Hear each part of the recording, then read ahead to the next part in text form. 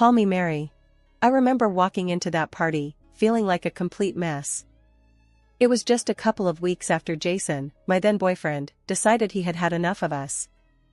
"It's not you, it's me," he said, the same old tired line.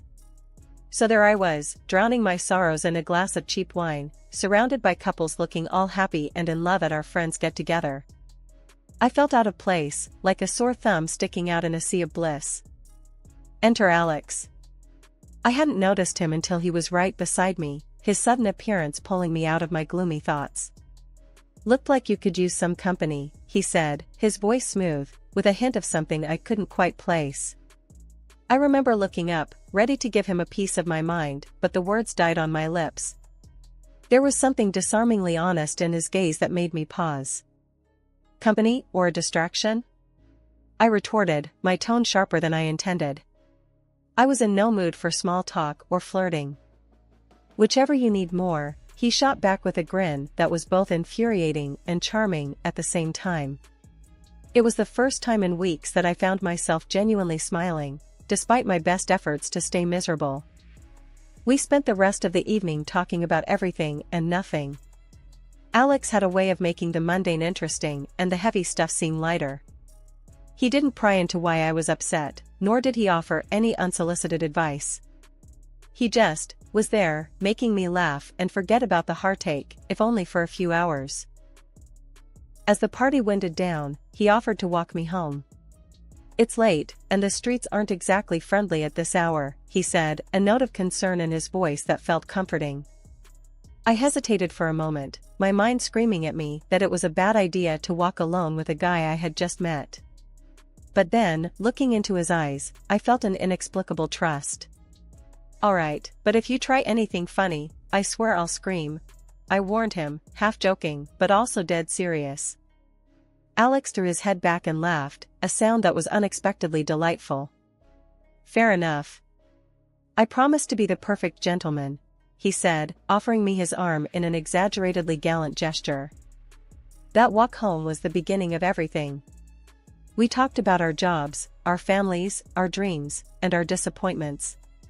Alex worked in IT, a geek at heart with a passion for old-school video games and a knack for fixing just about anything. I told him about my job in marketing, how I loved the creativity it allowed me, but hated the office politics.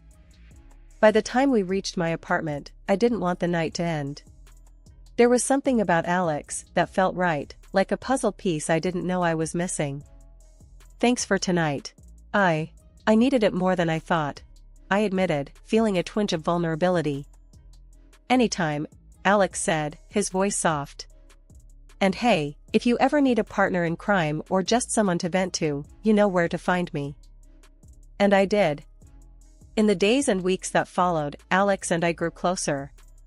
Our initial banter turned into deep conversations, and the more I got to know him, the more I liked him. He was caring and attentive, always there when I needed a shoulder to lean on or a laugh to brighten my day. It wasn't long before our friendship blossomed into something more. Looking back, I can hardly believe how quickly things progressed. But with Alex, everything felt easy, natural. It was as if we were meant to find each other that night, to heal each other's wounds and build something new together. The day he asked me to be his girlfriend, he did so with a clumsiness that was utterly endearing. "So, I've been thinking," which is always a dangerous thing, he started, scratching the back of his neck nervously. "But I really like you, more than I've liked anyone in a long time. And I was hoping, maybe, you'd feel the same way?" I remember laughing, not at him, but at the absurdity of the situation. After all the heartache and disappointment, I had found someone who made me feel alive again. "I do, Alex. I really do," I said, and the smile he gave me in return was everything. The honeymoon phase, they say, doesn't last forever. But when the shift came for Alex and me, it hit like a freight train. I'd come home from work, bone-tired from the day's grind, only to find Alex sprawled on the couch, eyes glued to the TV, surrounded by a day's worth of mess.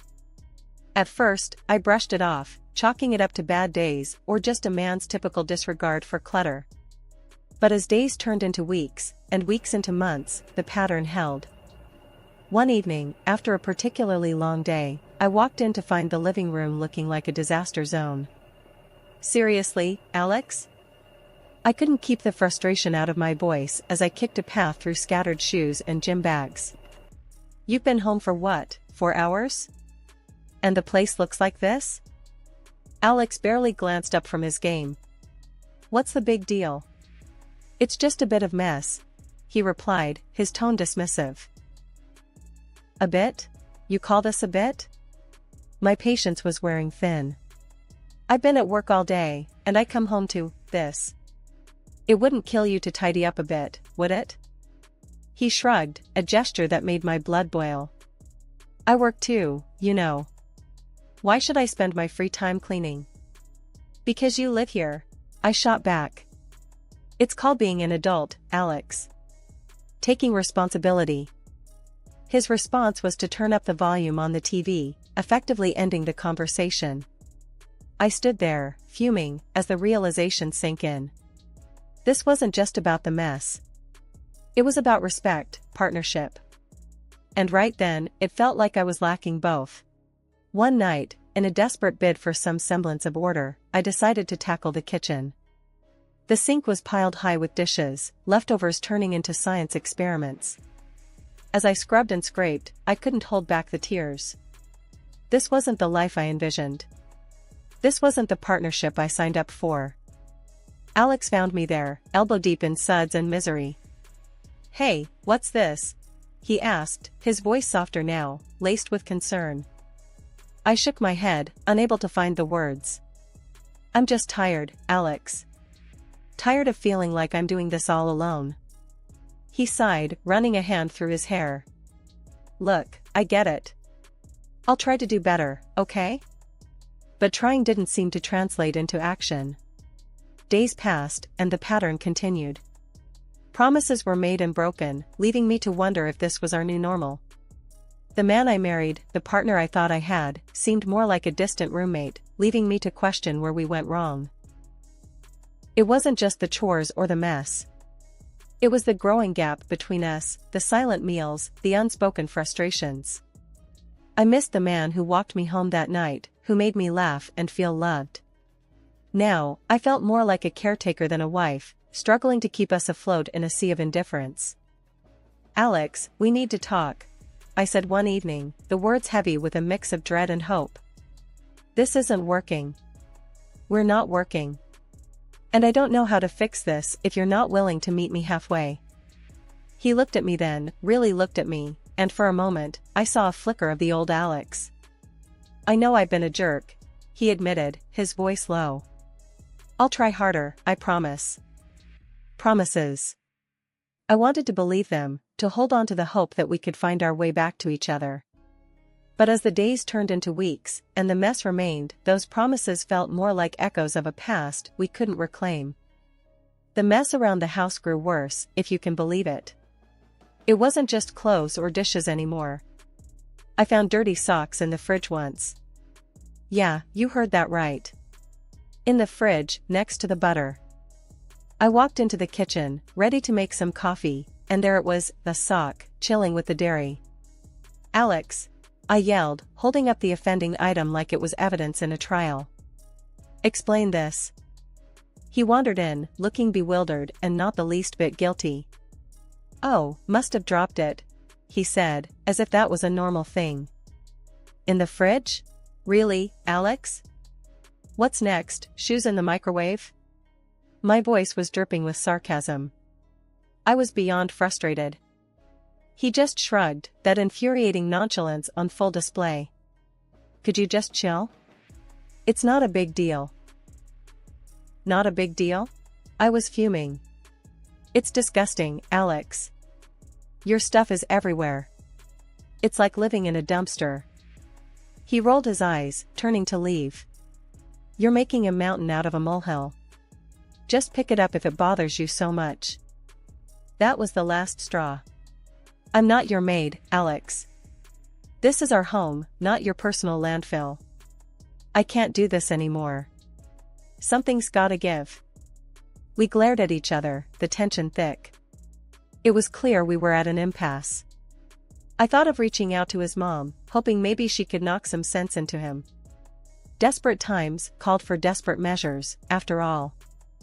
So, I called her. "Hey, Mrs. Thompson, it's me. I don't know what to do about Alex. The mess, the disrespect. I'm at my wit's end." There was a sigh on the other end. "Honey, Alex has always been a slob. I cleaned up after him his whole life. I thought he'd change for you." Her words were like a punch to the gut. "So, what, I'm just supposed to deal with it? Clean up after a grown man because he never learned to do it himself? It's just how he is. He needs someone to take care of him, like I did. Now it's your turn, I suppose." My heart sank. I didn't sign up to be his caretaker. I thought we were partners. She was sympathetic but firm. "You're going to have to talk to him, dear. Lay down the law or something." That's what I should have done years ago. Hanging up, I felt no better. If anything, I felt more alone. It was clear that Alex had grown up pampered and unaccountable. And now, according to his mom, it was my job to reform him. I confronted Alex again, armed with a new resolve. "We need to talk. This can't go on. I'm not your mom, and I'm not here to clean up after you. You're an adult, act like it." It was a conversation we'd had before, but this time I meant business. The ball was in his court now. I could only hope he'd finally play fair. As days turned into weeks and weeks into months, the distance between Alex and me grew wider than the Grand Canyon. Our home felt more like a battleground than a haven. The love and laughter that once filled our space were replaced by silence and tension so thick, you could cut it with a knife. One evening, as I sat at the dinner table alone, staring at the 2 plates of food I'd prepared, waiting for Alex to join me, the weight of our situation hit me hard. He stumbled in well past the time we usually ate, his face flushed, not from the cold outside but likely from a few drinks after work. "Where've you been?" I asked, my voice barely hiding my frustration. It wasn't just about him being late, it was about him being absent when he was right there. Alex shrugged off his coat and dropped it on the chair, not bothering to hang it up. "Out," he said simply, as if that one word was explanation enough. "Out where, Alex? With who?" I pressed on, needing something more than his non-answers. He sighed, a sound of annoyance rather than remorse. "Just out with the guys from work. You know how it is." I didn't, actually. Our once shared experiences and stories had turned into his life and my life, with a chasm between. We used to go out together, remember? We had friends, a social life together. Now, it's like you're living a whole separate life. He finally looked at me, his eyes not meeting mine. "I just needed some space, okay? You're always on my case about something. The cleaning, the dishes, being home on time. Can't a guy catch a break?" His words stung, not because they were entirely untrue, but because they underscored how far apart we drifted. "A break?" I echoed, my voice rising despite my attempt to keep calm. "I'm not your warden, Alex. I'm your wife. Or at least, I thought I was. Partners give each other breaks, they don't take breaks from each other." Alex didn't respond. He just moved past me, heading for the fridge to grab a beer, as if that could solve everything. I watched him, a man I no longer recognized, and wondered how we got here. How did the man who once walked me home in the rain, who made me laugh until my sides hurt, become a stranger in his own home? "We're not okay, Alex," I said, the realization hitting me hard. "We're not okay, and I don't know if we can fix this." He paused, beer in hand, and for a moment, I thought I saw a flicker of the old Alex, the one who cared, who fought for us. But then he shrugged, a gesture that had become all too familiar. "Maybe you're right. Maybe we're not okay." His agreement should have been a relief, an acknowledgement of our problems. But instead, it felt like a door closing, a silent confirmation that we were too far gone to find our way back to each other. I used to hate the idea of business trips, preferring the comfort of home over the sterile environment of hotel rooms. But as the rift between Alex and me widened, those trips became my sanctuary. Escaping the constant tension and the cold silence that had settled over our house was a relief. I'd brace myself every time I returned, expecting to walk into the aftermath of a tornado. Surprisingly, each time I came back, the house was spotless, which was the last thing I expected given Alex's usual disregard for cleanliness. The first couple of times, I was genuinely pleased, thinking maybe Alex had finally decided to pull his weight around the house. "Did you clean up all this?" I asked, unable to hide my shock and a flicker of hope that maybe, just maybe, we could turn a new leaf. Alex just shrugged, an all too familiar, nonchalant gesture that irked me. "Yeah, figured it's the least I could do," he said, but his tone was off, too casual, like he was brushing off more than my question. Something didn't sit right with me, but I pushed it aside, grateful for the clean space, but unsettled by the sudden change. It was after another trip, coming home to the same uncharacteristically clean house, that curiosity got the better of me. I decided to thank the person I thought responsible, his mother. "Mrs. Thompson, thanks for cleaning up the house." "I didn't expect it, but it was a lovely surprise," I said, hoping to convey my genuine appreciation. Her confusion was a slap in the face. "Clean your house? Dear, I haven't been over in months. Alex should be taking care of his own mess, not you or me," she said, her tone a mix of surprise and a bit of annoyance. My heart sank, and a cold realization crept in. Confronting Alex didn't take long after that. "Your mom didn't clean." "So, who did?" "Because it sure wasn't you," I demanded, my patience wearing thin, tired of the lies and the evasiveness. Alex squirmed under the pressure, his usual confident demeanor crumbling. "Look, it's not what you think," he started, but his voice was too hesitant, guilty. I pressed on, needing the truth more than I needed to breathe. "Who's been cleaning our house, Alex?" "Because it's obviously someone." The admission came too quietly, laced with shame. "It's someone I know, she's been helping out while you're away," Alex confessed, finally meeting my gaze, but all I saw was betrayal. "A someone you know? You mean a mistress? You're cheating on me, and her token of affection is cleaning our house?" The absurdity of the situation would have been laughable if it weren't so tragically pathetic. He tried to defend himself, the words fumbling out in a messy spill. "It's not like that. She's just a friend." "A friend who cleans and sleeps with my husband? That's a new one, Alex." My voice was bitter, laced with anger and a heartache that dug deep. "I found out about his infidelity not through whispers or clandestine messages, but through a clean house."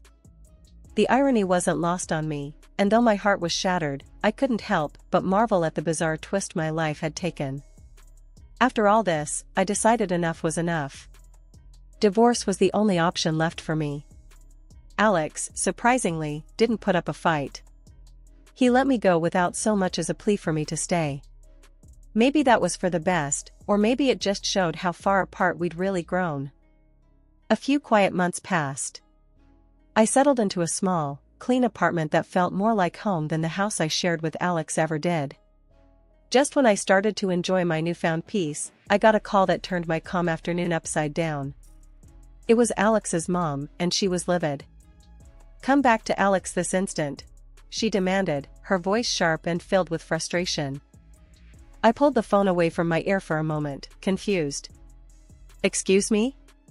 Why on earth would I do that?" "Because he's a mess without you. His house looks like a pigsty, and I'm sick of cleaning up after him. His habits are driving me insane." I couldn't help but chuckle, though I felt a pang of sympathy for her. "And how is that my problem, Mrs. Thompson? I'm not his keeper anymore." Her voice softened, but the desperation lingered. "Please, he needs someone. His little cleaning lady ran off the moment she saw what a disaster he is." The irony of the situation wasn't lost on me. So, his mistress left because of the mess? That's poetic, in a way. She sighed, defeated. "I just don't know what to do with him anymore." I took a deep breath, my decision clear. "Mrs. Thompson, I understand it's hard, but I've moved on.